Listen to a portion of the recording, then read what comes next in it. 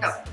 ఇది చేసుకున్న తర్వాత మనం క్లాత్ మీద ట్రేస్ చేసి మనకు కావాల్సిన సైజు అంటే దీని మీద అన్ని నోట్ చేసుకుంటాం. ఏ సైజు నోట్ చేసుకుని దాన్ని ట్రేస్ చేసుకుని ఇప్పుడు 2-3 సైజులు చేశారనుకోండి, ఎక్కడన్నా క్లాత్ లో స్పేస్ ఉందంటే ఇంకో చిన్న సైజుది బెల్ట్ తీసుకొచ్చి ఇక్కడ పెట్టి కట్ చేయడం. సో దీనిలో బల్క్ కటింగ్ లో మనకి అడ్వాంటేజ్ ఏంటి అంటే క్లాత్ వేస్టేజ్ ని మినిమైజ్ చేయడం. ఇండస్ట్రీస్ లో ఎప్పుడు మనకి క్లాత్ వేస్టేజ్ ని తగ్గించడమే మెయిన్ కాన్సెప్ట్.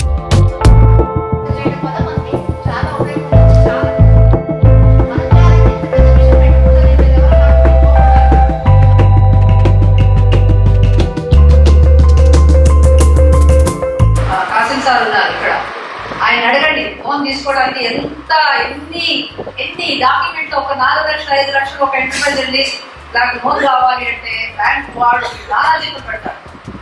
కానీ ఎస్ఎస్జి ఉందండి ఎక్కడంటే అక్కడ లోన్, ఎప్పుడంటే అప్పుడు లోన్. ఎందుకో తెలుసా? మీ వెనక ఒక వ్యవస్థ, పటిష్టమైనటువంటి వ్యవస్థ.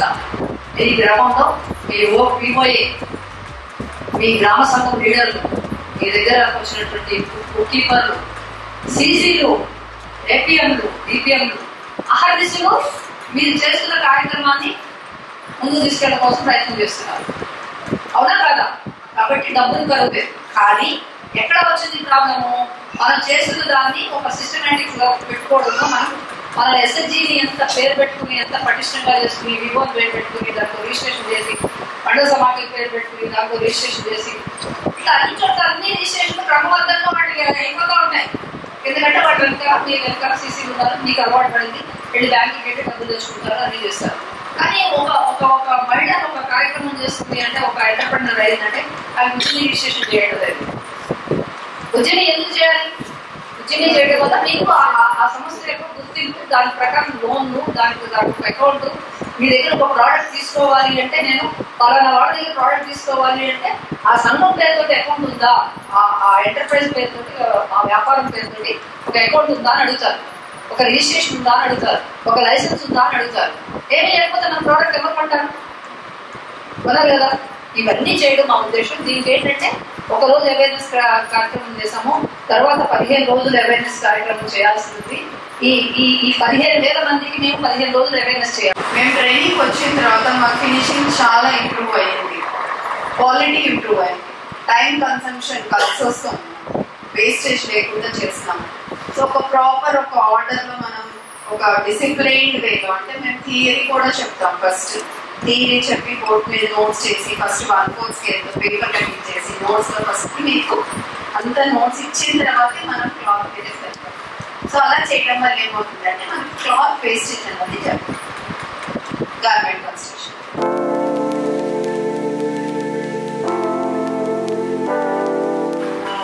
మీరందరికీ కూడా ఉద్యమి రిజిస్ట్రేషన్, దీని తర్వాత 10 రోజులు మీకు ఈఎస్డిపి అనే ట్రైనింగ్ ఉంటుంది. దాని తర్వాత హ్యాండ్ హోల్డింగ్స్ మీకు స్కిల్ మీద ట్రైనింగ్ ఉంటుంది. ఆ టైంలో మీకు ఉద్యమి రిజిస్ట్రేషన్ చేస్తారు. చేసిన తర్వాత మీకు ఎంఎస్ఎంఈ కింద మీకు కన్సిడర్ చేస్తారు. ఎస్హెచ్జి అంటారు, ఎంఎస్ఎంఈ అంటారు. ఎంఎస్ఎంఈ అన్నప్పుడు మీకు పర్చేస్ ప్రిఫరెన్స్ అనేది ఉంటుంది. దాంట్లో ప్రతి public sector company, public sector అంటే మీకు చెప్పాలంటే పిహెచ్ఏలు, బీడీఏలు, రైల్వేస్, ఇట్లాంటి అన్ని పిఎస్యూస్ అన్నమాట. వాళ్ళకి ఎన్నో కోట్ల ఆర్డర్లు ఉంటాయి అన్నమాట. దాంట్లో 25% 3% వరకు మహిళలకు ఇవ్వాలి. దేశమంతా ఇది ఉంటుంది మహిళలకి వితౌట్ టెండరింగ్ అవన్నీ ఉండవు. దాంట్లో 3% వరకు మీకు కేటాయించబడుతుంది. నేను ఒక రకంగా గ్రూప్గా ఫామ్ అయ్యి ఏ యూనిట్ పెట్టినా మా వైపు నుంచి మార్కెటింగ్ సపోర్ట్ కనిపిస్తాను. ఇప్పుడు ఉన్నటువంటి స్టేట్ గవర్నమెంట్ కూడా నేను చాలా అప్రిషియేట్ చేస్తున్నాను. ఎందుకంటే మన సీఎం గారు యూనిఫామ్స్, తర్వాత హోటల్స్, స్కూల్ పిల్లలకి భోజనం ఇవన్నీ కూడా మహిళలకు కేటాయించారు. టూరిస్ట్ హోటల్స్లో మీరు సప్లై చేయవచ్చు. స్కూల్ పిల్లలకి భోజనాలు, మిడ్ డే మీల్ని, ఇటువంటి న్యూట్రిషన్ ఫుడ్ అని అన్నీ కూడా మీరు సప్లై చేయవచ్చు. ఓన్లీ థింగ్ ఏంటంటే ఇది మాది ఎప్పుడు కూడా ప్రయత్నం ఏం చేయాలంటే మనం అది కావడానికే ప్రయత్నించాలి. ఆ రకంగా కనుక ప్రయత్నం చేస్తే ఎప్పుడో చోట మనం ల్యాండ్ అవుతాం, తప్పకుండా సక్సెస్ అవుతాం. సో ఇది ఉన్నదాంతో ఎప్పుడు తృప్తి పడలేదు. ఈ మేడం ఏంటి చాలా అడుగా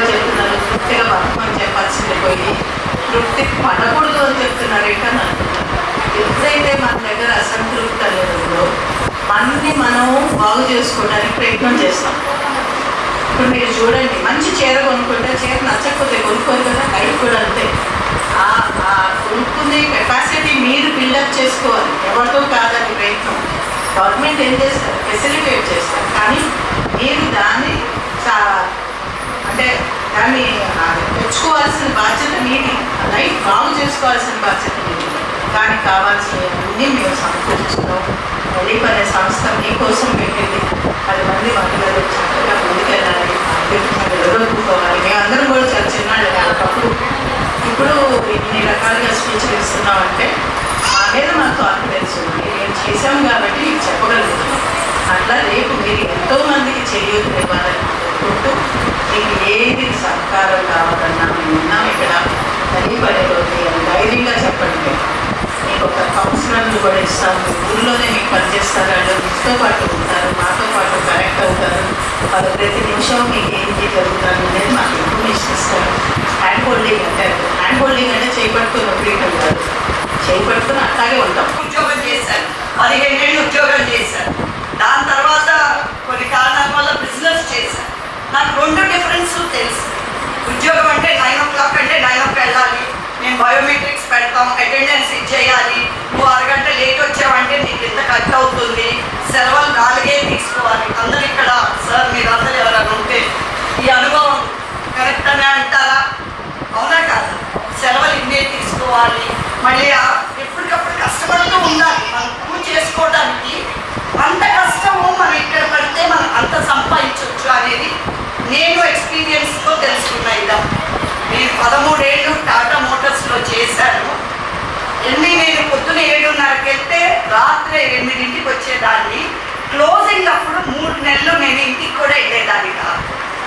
19 డే ఆఫీస్లోనే ఏదో వెళ్ళి ఫ్రెష్ అయ్యి రావడానికి 3 నెలలు. క్లోజింగ్ అంటే మాకు టాటా మోటార్స్లో అంత డిఫికల్ట్గా ఉంది. మనం కష్టపడితే సాధించలేదంటూ ఏమీ ఉండదు. మన నమ్మకమే మనం ముందుకు నడిపిస్తుంది. కానీ మనం ప్రాజెక్ట్ కనుక పెడితే దాంట్లో ముందు ఇన్స్టెంటివ్స్ ఏమున్నాయా అనేది చూసుకోవాలి. అవి ఎట్లా తెచ్చుకోవాలి అనేది కూడా అర్థం చేసుకోవాలి. తిరగాలి, వారి వచ్చేదాకా వదలకూడదు.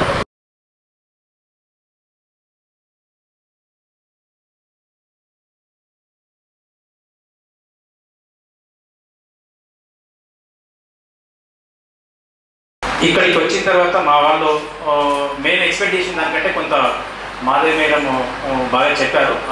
ఫీల్డ్ విజిట్లో అక్కడక్కడ ఆ యూనిట్స్ గురించి చాలా బాగా నేర్చుకున్నారు. మా ఉద్దేశం ఏంటంటే వీళ్ళు ట్రైనింగ్ తీసుకున్న తర్వాత డ్రాప్అవుట్ అనేది ఎక్కువ ఉంటుంది. జనరల్గా మనం ఎక్కడ ట్రైనింగ్ ఇచ్చినా కానీ ఒక యాక్టివిటీలో ముందు మనం కొంతమందిని బలవంతంగా తీసుకురావడము, సైమల్టేనియస్గా కొంతమంది ఇంట్రెస్ట్తో వస్తారు. కానీ వచ్చిన తర్వాత కొన్ని కుటుంబ పరిస్థితులు లేకపోతే రూరల్లో ఎట్లా ఉంటుందంటే వాళ్ళకి కొన్ని సమస్యల వల్ల వాళ్ళు ఏంటంటే దాన్ని కంటిన్యూటీ చేయలేకపోతారు. అయితే ఈ ఎక్స్పోజర్ విజిట్ పెడితే ఆ కంటిన్యూటీ జరుగుతుంది. నెంబర్ ఆఫ్ పర్సెంటేజ్ అనేది మనకు ఎక్కువగా నిలబడతారు. మాకు స్కూల్ యూనిఫామ్స్ బాగా కొడతారు. సైమల్టేనియస్గా వాళ్ళు ఒక జీవనోపాధిలో మనం ఇంకా కొంత ఒక ఫార్వర్డ్ స్టెప్ ముందుకు తీసుకెళ్తామనే ఒక స్వార్థంతో మేము రావడం జరిగింది. మాకు ఇది ఫుల్ఫిల్ అయింది.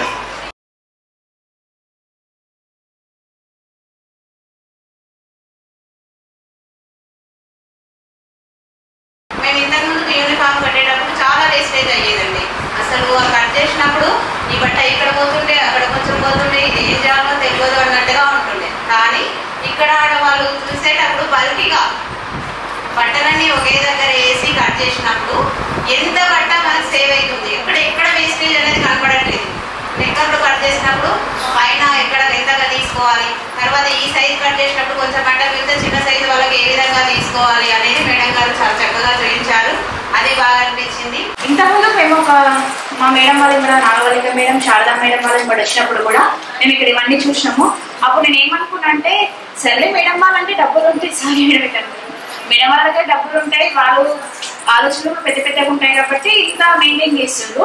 మేము చిన్నగా ఉంటాం, పల్లెటూరు నుంచి ఉంటాం కాబట్టి మాకు ఇంత నాలెడ్జ్ ఉండదు, కొంచెం మనీ కూడా అంత ఇన్వెస్ట్మెంట్ చేయడం కాబట్టి మాకంత ఏం నడుస్తుంది అని అనుకున్నాం మేడం. కానీ మా ఏటీఎం సార్ వచ్చి మాకు ట్రైనింగ్ ఇప్పించిన తర్వాత ఓకే మేము చేయకపోతాం కదా, మాకేం తక్కువ, మేము ఎస్ఏజీలోకి వచ్చిన తర్వాత కూడా మాకు మనీ వస్తుంది. మేము ఎట్లా అడ్వర్టైజ్ చేసుకోవాలనేది కూడా మాకు తెలుస్తుంది. ఎస్ఏజీ నుంచి ఇస్తున్నారు, లోన్స్ బ్యాంక్ లోన్స్ ఇస్తున్నారు, సిడీలు అన్నీ ఇస్తున్నారు మేడం. మేము ఒక పని చేసుకోగలిగితే ఇక్కడ ఈ లోన్ తీసుకొని సక్సెస్ కాగలుగుతాము అనేది ఒకటి మా కాన్ఫిడెన్స్ అనేది పెరిగింది మేడం. మాకు దాంతో పాటు మా సార్ గారు కూడా మాకు ఎంకరేజ్మెంట్ ఇస్తారు. ఇంకొకటి థ్యాంక్ యూ మేడం, మీరు మంచి మంచి బిజినెస్ ఐడియాస్ మాకు చెప్తున్నారు, ఎట్లా చేసుకోవాలో చెప్తున్నారు. తప్పకుండా మాకు వీలున్నంత వరకు మేము మీ దగ్గరకు వచ్చి ట్రైనింగ్ తీసుకోవడానికి వస్తాం మేడం. ఎందుకంటే ఇంత మంచి అవకాశాలు ఉన్నప్పుడు ఇంతకుముందు కంటే బాయ్స్ ఉండే అదే బాయ్స్ పోయి చేసుకుంటారులే మనకి ఎందుకులే వాళ్ళు చేసి పెడతారు కదా అన్నట్టు మేము ఉంటుంటాం. కానీ ఇప్పుడు అట్లా కాదు, మనది ఉండాలి కదా మేడం, ఆడవాళ్ళు ఉండాలి. కాబట్టి తప్పనిసరిగా మేము ఆడవాళ్ళు మేము ముందుకు వస్తాం మేడం. మా చేతనైనంత వరకు లేడీస్ ని ముందు ఉండడానికి చూసుకుంటాం. ఒక మంచి కంపెనీ అనేది మాకుంది మేడం, బిజినెస్ ఐడియా చేసుకోవాలి, ఇది పెట్టాలని పెట్టడం. కానీ మాకున్న తెలివి ఏంటంటే మేము బయట పోయి చేసుకోగలుగుతామా, ఎట్లా చేయాలి, ఎట్లా డెవలప్మెంట్ చేసుకోవాలి, మార్కెటింగ్ ఎలా చేసుకోవాలి, ఇది ఒకవేళ పెడితే సక్సెస్ ఇదా కాదా అనేది మా లోపల ఉంది మేడం. కానీ మీకు ఇక్కడికి వచ్చిన తర్వాత అన్ని ఐడియాస్ చెప్తామంటున్నా, నేర్పిస్తామంటున్నా. కాబట్టి ఖచ్చితంగా చెప్తాను మేడం, ఈ ఇయర్ కాకుండా నెక్స్ట్ ఇయర్ సరే, ఒక 2 సంవత్సరాలకైనా సరే ఏదో ఒకటి పెట్టి మీ దగ్గర సక్సెస్ అని నేను చూపించుకోవడం దగ్గరకు వస్తాను. గరీబ్ అంటే మాట్లాడాల్సి వస్తుంది అన్నమాట. ఇంత ముందుకు వచ్చిన బ్యాచ్కి మేము ఏం చెప్పామంటే మీ పుట్టింటికి వచ్చారని అనుకోండి అని చెప్పాం. అట్లాగే మీ అందరికీ కూడా ఇది ఒక పుట్టిల్లు ఇక్కడ మీరు నేర్చుకోవచ్చు. మీకు ఏమన్నా కొత్త ఐడియాస్ ఉంటే కూడా అవి మాకు చెప్తే ఏ రకంగా మీరు ముందుకు వెళ్ళాలి, ఆర్థికంగా ఎట్లా నిలబెట్టుకోవాలి అనే విషయాల్లో మేము మీకు అండగా నిలబడతాం.